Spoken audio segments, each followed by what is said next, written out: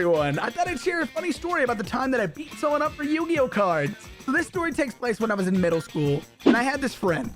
For the sake of anonymity, let's just call him Ron. So Ron and I were super into Yu-Gi-Oh, as kids at the time were. It was huge, and everyone at our school played the game, especially on the playground. And they brought their own cards to duel each other with.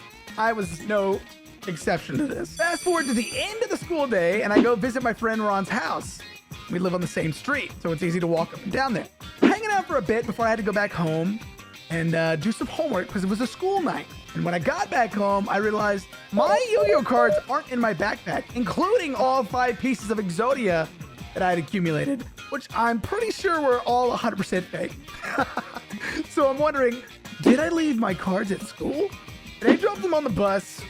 No. Someone stole my prized Exodia cards. It was around this time that I remembered that Ron had a slightly younger brother, around 2 or 3 years younger than us, and we'll call him Rem. The next day rolls around and we're back at the playground.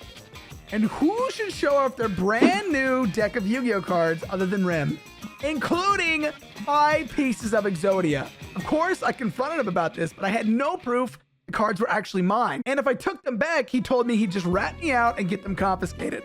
So I bided my time until after school when Ron and Rem were home. But his parents weren't. So I busted into the house like I was sweeping for a military operation and made my way to his bedroom.